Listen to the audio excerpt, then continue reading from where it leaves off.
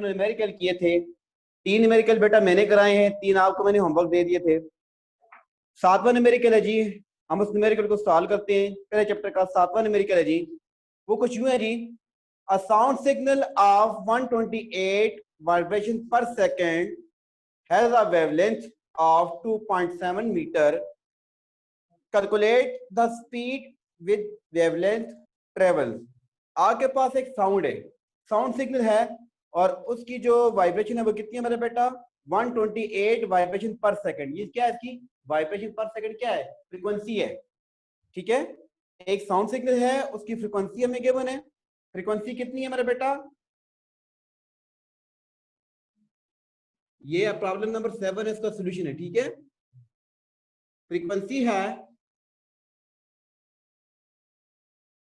128 vibration per second.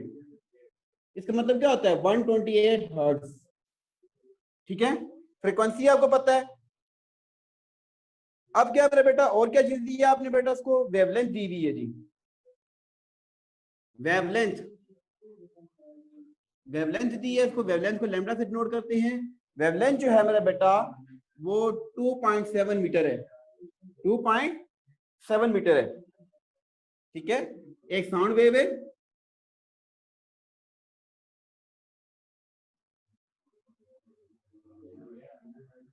तो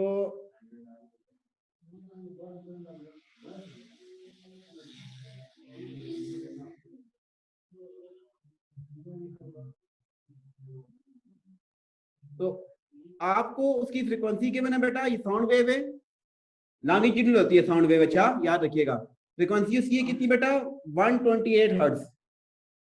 wavelength जो है लैम्डा जो है वो आपके पास कितनी है मेरे बेटा, 2.7 मीटर।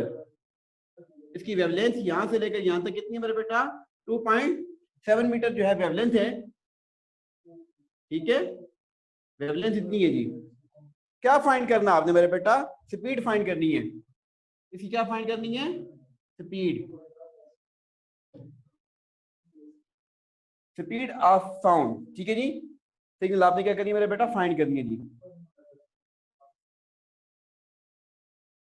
ठीक है, तो मेरा बेटा आपको पता है कि हमारे पास क्या है जी, इसका फॉर्मूला क्या लगेगा सबसे पहले। अच्छा, स्पीड फाइंड करनी है और उसके बाद जो है हमें ये चीजें फाइंड करनी है जी। अच्छा, तो टाइम पीरियड का हमारे पास फॉर्मूला था जी 1/f t is equal to, हमारे पास क्या होगा जी, 1/128। ठीक है, 1/128 सेकेंड। तो टाइम पीरियड हमारे पास आ जाएगा कितना जी। ठीक है, अच्छा, टाइम पीरियड जो है ये हमारे पास 1/128 करेंगे तो ये आपके पास आ जाएगा। ठीक है, 1/128 करें मेरे बेटा तो ये आपके पास आ जाएगा, इसको नॉर्मल में कन्वर्ट करते हैं बेटा,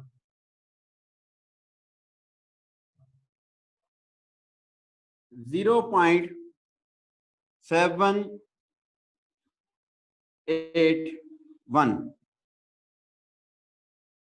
ठीक है, हाँ जी, तो ये आपके पास आ जाएगा बेटा।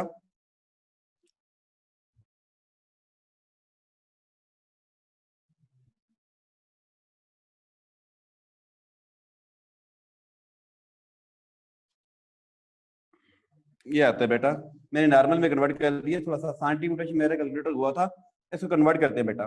ठीक है,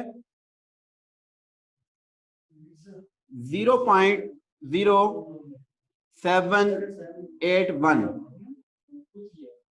ठीक है मेरा बेटा, ये आपके पास आएगा जी सेकंड। टाइम पीरियड आ गया। अच्छा जी, अब हमारे पास क्या है जी, हमारे पास हमने कहते हैं v इज इक्वल टू, आपके पास होता है जी, स्पीड निकालनी है,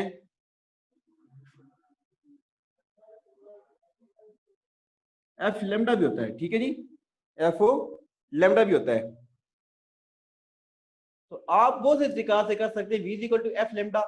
एफ आपके पास है, लेमडा आपके पास है, तो आप उसको यूं भी कर सकते हैं, इतने लंबी पापड़ बेलने की जरूरत नहीं है, आप इसको यूं कर लें।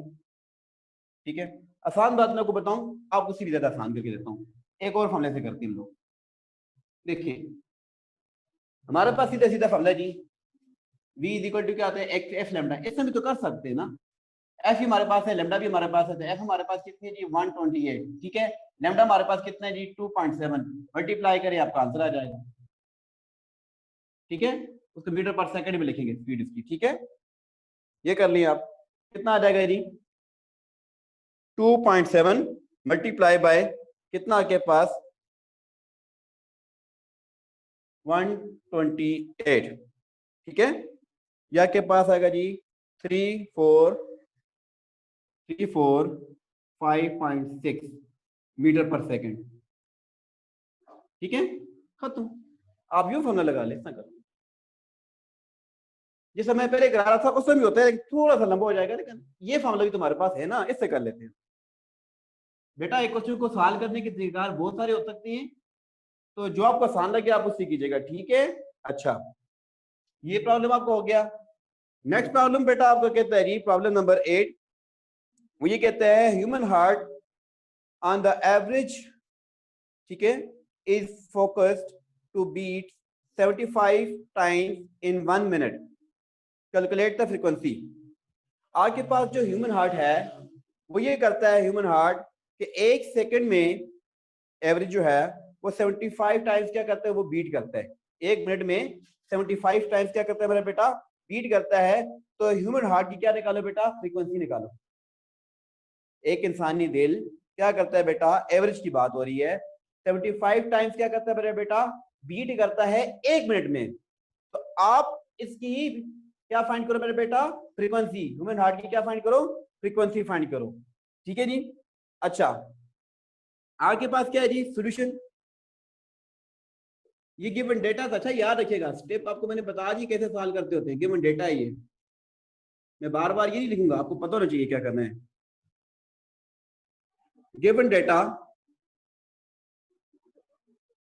गिवन डेटा जी आपके पास क्या जी, नंबर ऑफ बीट्स कितनी है जी, नंबर ऑफ बीट्स, या इसको वाइब्रेशन भी कह सकते हैं। अच्छा ये नंबर ऑफ वाइब्रेशन ही है असल में। नंबर ऑफ बीट्स है जी 75, नंबर ऑफ बीट्स कितनी है मेरा बेटा, 75 है। और टाइम कितना है जी, टाइम टी वो आपके पास है 1 मिनट। किसकी किलो होता है बेटा, 60 सेकंड की किलो होता है, ठीक है। अच्छा फ्रीक्वेंसी का मामला क्या होता है जी, फ्रीक्वेंसी इसकी भी होती है। फ्रीक्वेंसी आप डिफाइन करनी है, फ्रीक्वेंसी किसी की होती है मेरा बेटा, फ्रीक्वेंसी होती है नंबर ऑफ, बताया था, vibration, number of vibration per second, ठीक है जी। तो यहां पे क्या आ जाएगा, टाइम। अच्छा number of vibration per second. अब जरा देखें, F is equal to number of vibration कितनी है, बीट्स कितनी है 75, टाइम आपके पास कितना है मेरा बेटा 60 सेकंड, ठीक है। तो आपके पास मेरा बेटा ये हो जाएगा 75 डिवाइडेड बाय 60, जब आप करेंगे तो ये 1 पॉइंट जो है 75 डिवाइडेड बाय 60 जब आप करेंगे मेरा बेटा, तो ये आपके पास आएगा 1.25, 1.25 हर्ट्ज, ठीक है जी। अच्छा जी अब जो है मेरा बेटा नेक्स्ट क्वेश्चन हम लोग करते हैं बेटा, क्वेश्चन नंबर 9, ये आपका कंप्लीट हो गया है, ये क्वेश्चन नंबर 8 था, क्वेश्चन नंबर 9 करते हैं जी, ठीक है। क्वेश्चन नंबर 9 की तरफ आ जाते हैं। आपने ऐसे करना है मेरा बेटा कि शार्ट क्वेश्चन आपके अलग कर देने हैं। ये भी मैं आपको बता दूं, नोट्स बनाने का तरीका फिर बता रहा हूं, मैं पहले ही बताया था फिर बता रहा हूं। शार्ट क्वेश्चन जो है चैप्टर वाइज, चैप्टर वाइज जो है शार्ट क्वेश्चन आपने अलग लिखने हैं, ठीक है जी। लॉन्ग क्वेश्चन अलग लिखने हैं, अलग अलग लिखवा रहा हूं। और न्यूमेरिकल जो है ना जी अलग लिखने हैं, न्यूमेरिकल और फॉर्मूले, न्यूमेरिकल प्लस फॉर्मूले जो हैं ये आपने अलग लिखने हैं। ठीक हो गया। चैप्टर वाइज आपने शार्ट क्वेश्चन अलग लिखने हैं, शार्ट क्वेश्चन चैप्टर वाइज। पहला चैप्टर शार्ट क्वेश्चन खत्म। ठीक है जी। तो शार्ट क्वेश्चन के लिए रजिस्टर एक ले लेना आप, अलग सा पोर्शन रख ले इस रजिस्टर का। लॉन्ग क्वेश्चन के लिए आप अलग सा पोर्शन रखते हैं रजिस्टर का, और न्यूमेरिकल के लिए आखिर से शुरू करते हैं। ठीक है, शार्ट क्वेश्चन पहले, लॉन्ग क्वेश्चन दरमियान में, रजिस्टर के दरमियान में आ जाए, और न्यूमेरिकल जो है वो आखिर पे आ जाए, ताकि आपको एग्जाम के दौरान तैयारी करने की जो है ना इतनी तकलीफ ना हो, बड़ी आसानी से हो जाए। शार्ट क्वेश्चन आपने याद करने हैं सारे एक तरफ होंगे, लॉन्ग क्वेश्चन याद करने हैं सारे एक तरफ होंगे, और न्यूमेरिकल आपने याद करने हैं तो वो भी सारे एक तरफ होंगे। आपको सारी समझ आ जाएगी, बात ढूंढनी नहीं पड़ेंगे। ठीक है ना, तरतीब से आप जब आप लिखेंगे ना तो आपके लिए आसानी रहेगी। ठीक है, तो नेक्स्ट जो न्यूमेरिकल है जी, न्यूमेरिकल नंबर 9 है। कहते हैं calculate the time period of the simple pendulum. आपके पास एक सिंपल पेंडुलम है जो कि क्या करता है जी, मूव कर रहा है, और उसकी जो लेंथ जो है वो कितनी है बेटा, 1.2 मीटर है जी, at the surface of the earth. ठीक है, आपके पास उसने क्या दिया जी, गिवन डेटा, गिवन डेटा है जी आपके पास, न्यूमेरिकल नंबर 9 है जी, उसका सॉल्यूशन कर रहा हूं। बेटा आपके पास एक पेंडुलम है,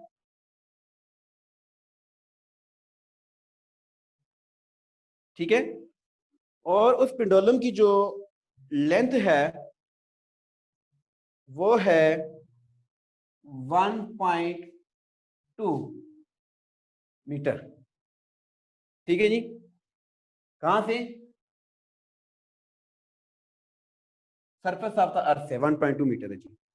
ठीक है, आपको जी की वैल्यू भी पता होती है, 9.8 होती है, ये 10 में लिख देता हूँ, 10 मीटर पर सेकेंड।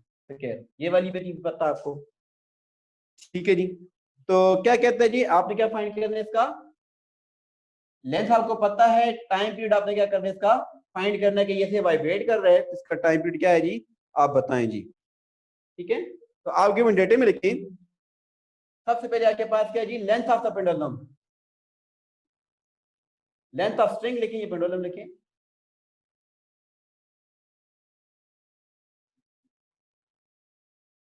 ये धागे की लंबाई है जी एल, कितना हमारे पास जी, 1.2 मीटर। अच्छा, उसके बाद क्या है जी की value gravitational acceleration,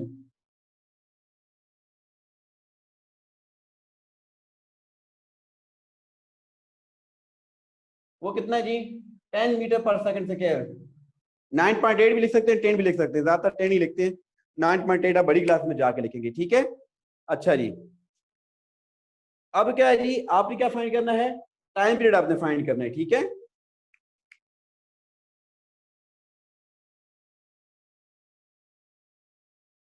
time period जो है वो क्या करना है, आपने फाइंड करना है। ठीक है जी, आपको पता है टाइम पीरियड का फॉर्मूला क्या, आप देंगे S T is equal to 2 pi L by g, T is equal to 2, pi की वैल्यू कितनी होती है जी 3.14, और एल हमारे पास कितना है 1.2, जी कितना है जी 10 के रूट। ठीक है, अच्छा, अब आप क्या करेंगे मेरे बेटा, हम इसको मल्टीप्लाई करते हैं जी, जरा देखिएगा क्या होता है कि ये हो जाएगा जी 6.28, ये हो जाएगा जी 0.12, ठीक है, 0.12 हो जाएगा डिवाइड करके, t इज इक्वल टू 6.28। अब आपने ये करना है जी, ठीक है, कि आपने इसके रूट लेना है जी 1.2 का, तो ये आपके पास आएगा जी 0.3464 तक मैं लिखता हूं, इसको मैं मल्टीप्लाई करूंगा जी 6.28 के साथ, तो बेटा आपके पास आंसर आ जाएगा तकरीबन 2.17। ठीक है, या राउंड ऑफ करें तो ये 18 भी हो सकता है। ठीक है जी, तो ये 17 में लिख रहा हूं 175। ठीक है जी, इतना मैं कर देता हूँ, या के पास आ गया सेकंड। ठीक है मेरे बेटा, या के पास आ गया। अच्छा, तो ये टाइम पीरियड आ गया जी। नेक्स्ट जो है हम लोग करते हैं जी क्वेश्चन।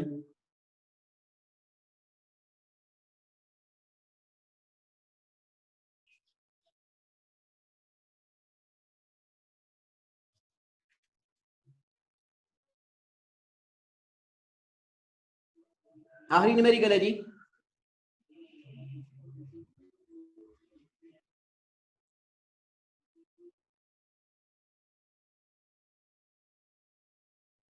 कहते हैं बेटा a ball of mess 0.1 kg is attached to the spring placed on the horizontal frictionless surface।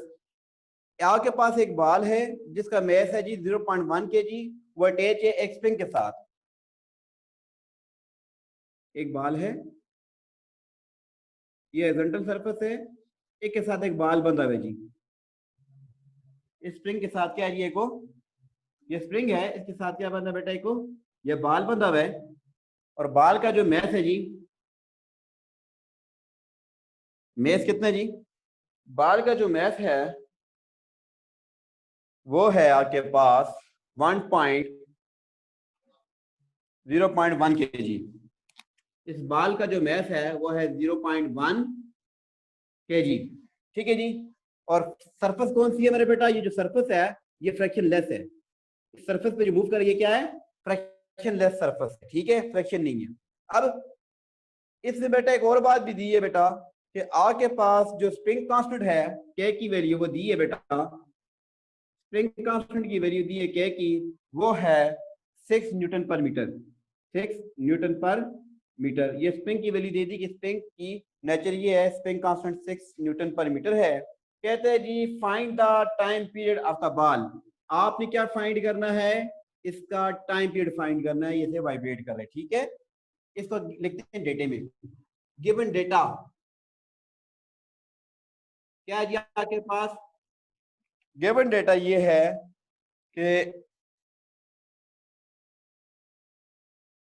Mass of ball, वाक के पास कितना है जी, एम से इसको डिनोट करते हैं 0.1 kg।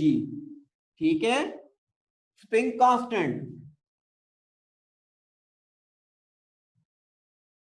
स्प्रिंग कांस्टेंट है मेरा बेटा, उसको कैसे डिनोट करते हैं, और वो आपके पास है मेरा बेटा 6 newton per metre. Spring constant की ये यूनिट है, याद रखना, ऑब्जेक्टिव में आएगा। अच्छा जी, फाइंड क्या करना आपने, टाइम पीरियड, वो कितनी है जी, time period T equal to what, formula के पास आपको पता है, मैंने लिखवाया हुआ है, आप लिखेंगे T is equal to 2 pi, T is equal to 2 pi, आपके पास होगा m by a square root. ठीक है, अच्छा, टी इज इक्वल टू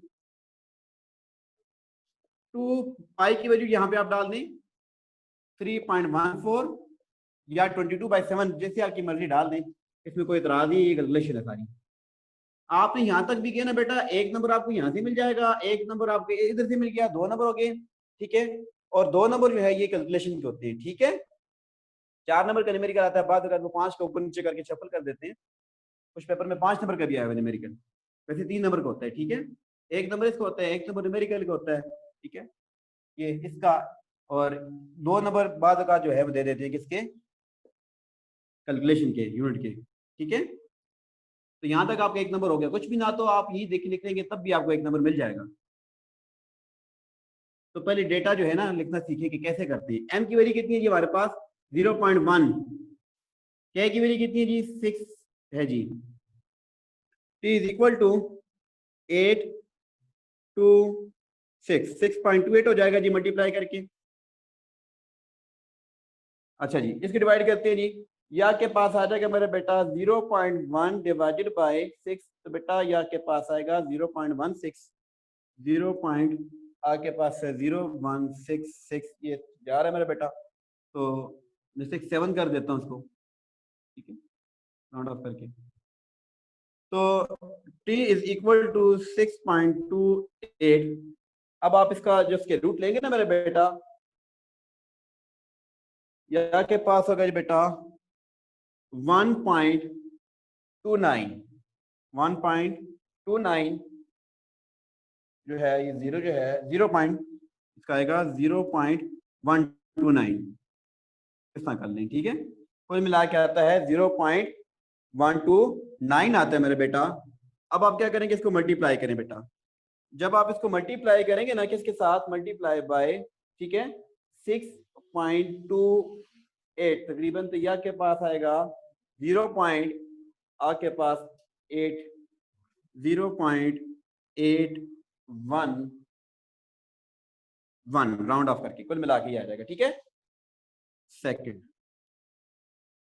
उम्मीद है मेरा बेटा, उम्मीद करता हूँ कि आपको जो है ये प्रोसेस समझ आ गया होगा, न्यूमेरिकल कैसे सॉल्व करते हैं। तरीकाकार मैंने बता दिए बेटा कि सबसे पहले आप गिवन डेटा लिखती हैं, फिर फॉर्मूला सोचती है कि फॉर्मूला कौन सा लगेगा, वैल्यूज डालते हैं, कैलकुलेटर की मदद से हल करते हैं, आंसर आ जाता है। कोई इतना लंबी चौड़ी बात नहीं होती। बुक से आपको गिवन डेटा लिखना आना चाहिए, फिर इसको यूनिट को कन्वर्ट, बाद यूनिट दूसरी दी होती है आपको कन्वर्ट करना पड़ता है। सेंटीमीटर दी हो तो क्या करेंगे आप, उसको मीटर में कन्वर्ट करेंगे, ठीक है जी। तो यूनिट को ऐसा यूनिट में कन्वर्ट करना होता है, अगर ऐसा यूनिट में दिया है फिर तो ठीक है, नहीं दिया तो ऐसा यूनिट में कन्वर्ट करना होता है। फिर आपने फॉर्मूला लगाना होता है, फॉर्मूला के बाद आपको वैल्यूज पुट करनी होती हैं विद हेल्प ऑफ कैलकुलेटर, या आप दबानी भी कर सकते हैं, ठीक है जी। तो वैल्यूज को क्या करना होता है, सॉल्व करना होता है, आपके पास आंसर आ जाता है। और आखिर में एक बात याद रखिएगा, यूनिट लिखना जरूरी है, अगर आप यूनिट नहीं लिखेंगे तो बंद हो जाएगा, ठीक है। तो आखिर में आप यूनिट लिखते हैं तो आपका न्यूमेरिकल क्या हो जाता है, सॉल्व हो जाता है। कोई इतनी बड़ी बात नहीं, 3 स्टेप है, गिवन डेटा लिखना, फॉर्मूले लिखना, बाद में वैल्यू डाल के उसको सॉल्व कर देना, आखिर में यूनिट लिख देना, बस इतनी सी बात है, ठीक है। तो ये न्यूमेरिकल सॉल्व हो जाता है। उम्मीद करता हूँ कि आपको न्यूमेरिकल समझ आ गए होंगे। अगर कोई मसला हो तो बताइएगा। कल मिलते हैं मेरे बेटा, तब तक के लिए अल्लाह हाफिज।